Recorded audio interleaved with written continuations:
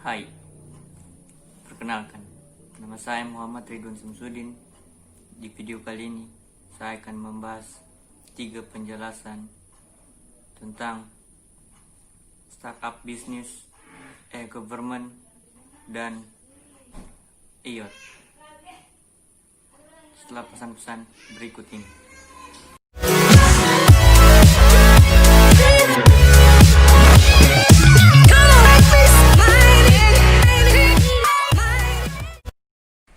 Yang pertama adalah startup bisnis.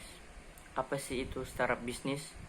Jadi, startup bisnis itu terbagi menjadi 2, yaitu secara umum dan menurut Paul Graham.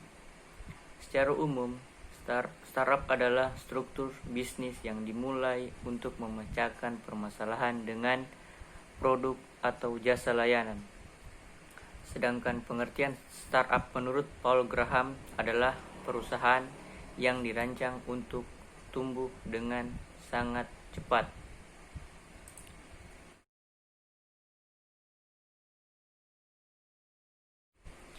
Kembali melihat ke belakang, ternyata penggunaan istilah startup pada hal-hal yang berhubungan dengan teknologi, website, internet, dan lainnya terjadi dikarenakan istilah startup sendiri mulai populer secara internasional pada masa bubble.com lalu.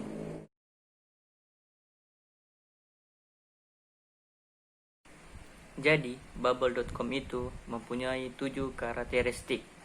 Yang pertama, usia perusahaan kurang dari 3 tahun. 2. Jumlah pegawai kurang dari 20 orang. 3. Pendapatan kurang dari $100 per tahun. 4. Masih dalam tahap perkembangan. 5. Umumnya beroperasi dalam bidang teknologi. 6. Produk yang dibuat berupa aplikasi dalam bentuk digital. Dan yang ke-7, biasanya beroperasi melalui website.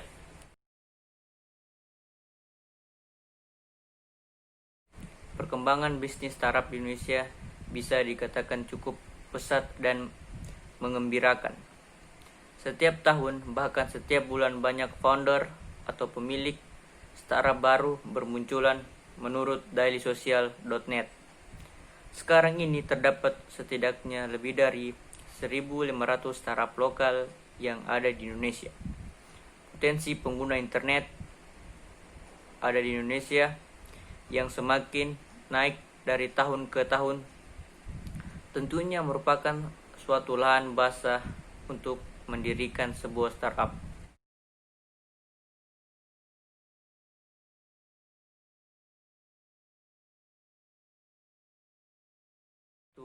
Startup pencinta game, startup aplikasi edukasi, startup perdagangan seperti e-commerce dan informasi.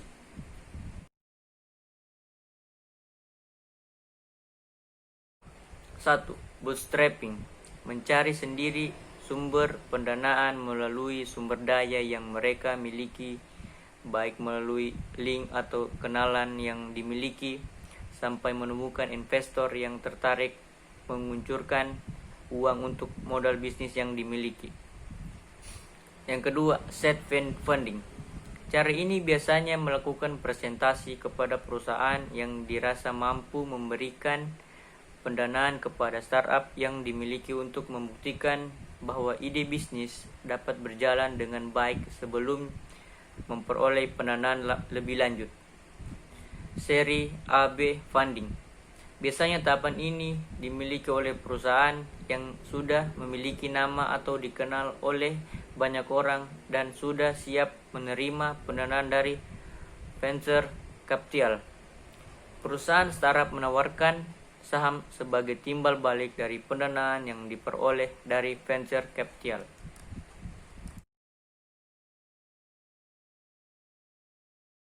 Yang pertama adalah Gojek, Bukalapak, Tokopedia, Tiket.com.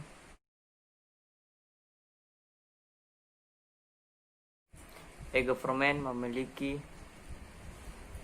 program unggulan, yaitu 1. Program penanggulangan kemiskinan. 2. Program mengatasi angka pengangguran. 3. Program meningkatkan kualitas pendidikan. 4. Program meningkatkan derajat kesehatan masyarakat. 5. Program meningkatkan sarana dan prasarana atau infrastruktur. 6. Program mewujudkan pemerintahan yang baik berdasarkan prinsip good governance dan clean governance. 7. Program meningkatkan kualitas pelayanan publik. Selanjutnya, good governance dan clean governance memiliki 7 program unggulan. 1. Penerapan manajemen pemerintahan berbasis kinerja SIKPD atau Sistem Informasi Keuangan Pemerintahan Daerah. 2. Reformasi pelayanan publik. 3. Pencegahan korupsi pada proses pengadaan barang dan jasa publik. 4. Peningkatan kesadaran anti korupsi pada aparatur dan masyarakat. 5. Peningkatan penanganan pengaduan masyarakat. 6. Peningkatan kemampuan teknis aparatur. 7. Peningkatan kapasitas daerah melalui perbaikan dan penyempurnaan kelembagaan, tata laksana, dan peningkatan kesejahteraan aparatur. Definisi e-government. E-government adalah merupakan penggunaan TI, teknologi informasi dan komunikasi, untuk mewujudkan praktik pemerintahan yang lebih efisien dan efektif, pelayanan yang lebih terjangkau, dan memperluas akses publik untuk memperoleh informasi sehingga akuntabilitas meningkat. Kerangka arsitektur pengembangan e-government ada 4. 1. Akses. 2. Portal pelayanan publik. 3. Organisasi, pengelolaan, dan pengelolaan informasi. 4. Infrastruktur dan aplikasi dasar. Tujuan dan sasaran penggunaan e-government. Tujuannya: 1.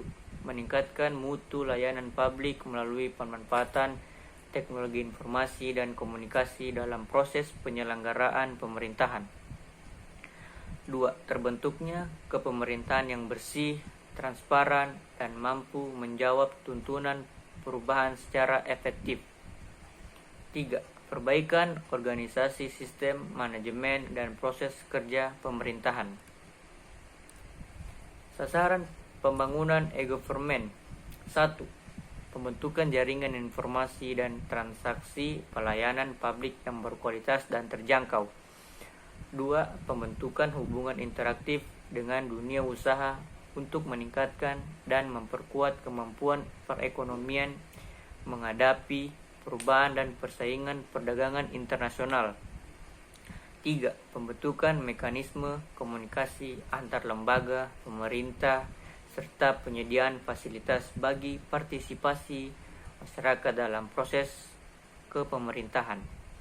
4. Pembentukan sistem manajemen dan proses kerja yang transparan dan efisien, serta memperlancar transaksi dan layanan antar lembaga pemerintah. Manfaat penggunaan e-government. 1. Meningkatkan kualitas pelayanan kepada masyarakat. 2. Memperbaiki proses transparansi dan akuntabilitas di kalangan penyelenggara pemerintahan. 3. Mereduksi biaya transaksi, komunikasi, dan interaksi yang terjadi dalam proses pemerintahan. 4. Menciptakan masyarakat berbasis komunitas informasi yang berkualitas.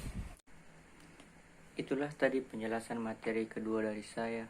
Selanjutnya kita akan memasuki materi ketiga atau materi terakhir dari video ini, yaitu IoT atau Internet of Things. Apa sih itu IoT? IoT adalah suatu konsep di mana objek tertentu punya kemampuan untuk mentransfer data melalui jaringan internet. Teknologi ini ditemukan pertama kali oleh Kevin Ashton pada tahun 1999.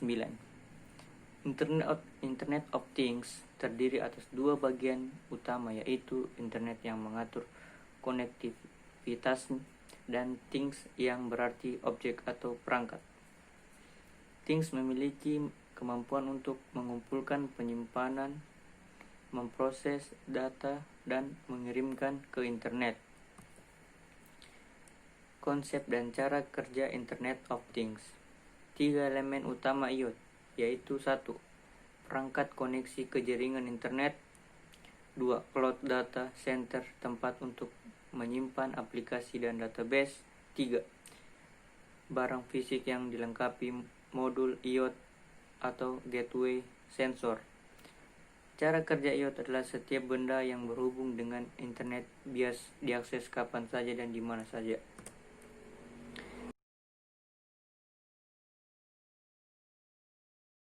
Cara kerja IoT.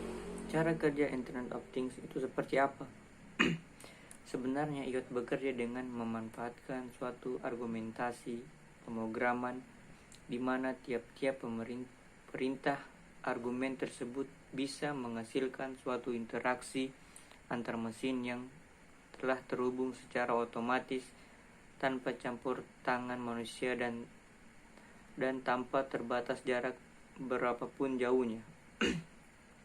Jadi internet di sini menjadi penghubung antar kedua interaksi mesin tersebut. Lalu di mana campur tangan manusia? Manusia dalam IoT tugasnya hanyalah menjadi pengatur dan pengawas dari mesin-mesin yang bekerja secara langsung tersebut. Contoh konsep dan cara kerja Internet of Things. Colokan listrik pintar. Ide proyek untuk Internet of Things yang pertama adalah pembuatan colokan listrik pintar. Colokan listrik yang dimiliki dikoneksikan dengan Wi-Fi dan disambungkan dengan barang-barang elektronik seperti lampu atau oven.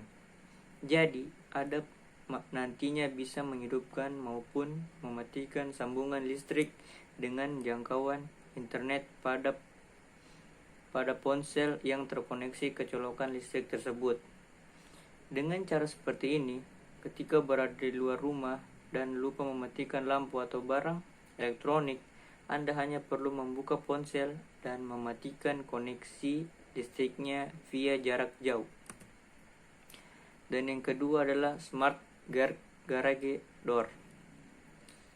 Seperti namanya, Project Smart Garage Door merupakan proyek IoT yang dapat memonitor startup pintu garasi sekaligus membuka dengan fitur scanner sidik jari. Apabila menerapkan proyek ini, Anda bisa memonitor garasi dimanapun berada melalui ponsel. Untuk diakses, pembukanya juga akan lebih aman karena harus melalui scan sidik jari yang ada di ponsel Anda. Cara ini akan menginformasikan Anda yang tidak tahu ketika ada akses paksa dari pihak-pihak yang berusaha memasuki ke garasi. Yang ketiga, Smart Crash Scan. Tempat sampah pintar merupakan bentuk inovasi lainnya yang bisa Anda jadikan sebagai referensi. Dengan alat ini, Anda bisa mengoptimalkan pengumpulan sampah dan minimalisir konsumsi bahan bakar. Sistem pada tempat sampah sendiri akan memberikan notifikasi mengenal jumlah dalam bag tersebut serta suhu bak. Inovasi ini tentu akan sangat berguna untuk mereka yang bekerja mengumpulkan sampah serta semua warga kota secara keseluruhan. Dan yang keempat adalah Smart Home. Satu, pekerjaan yang kita lakukan lebih mudah, cepat, dan efisien. Kita dapat mendeteksi pengguna dimanapun berada.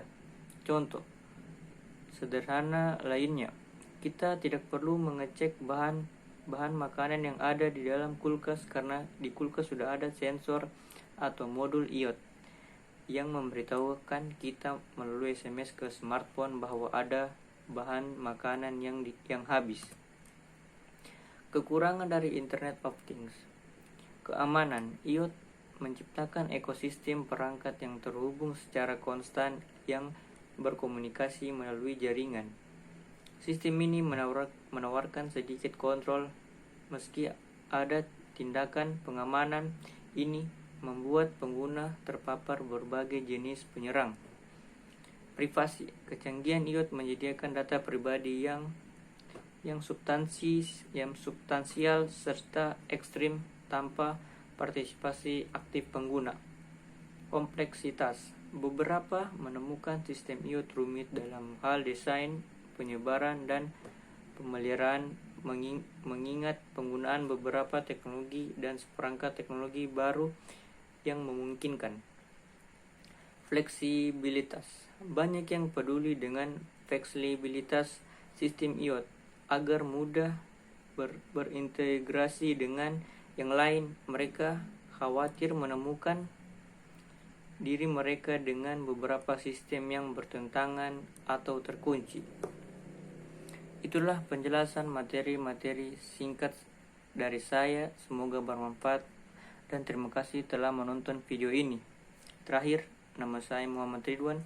Sampai ketemu lagi di penjelasan materi-materi berikutnya.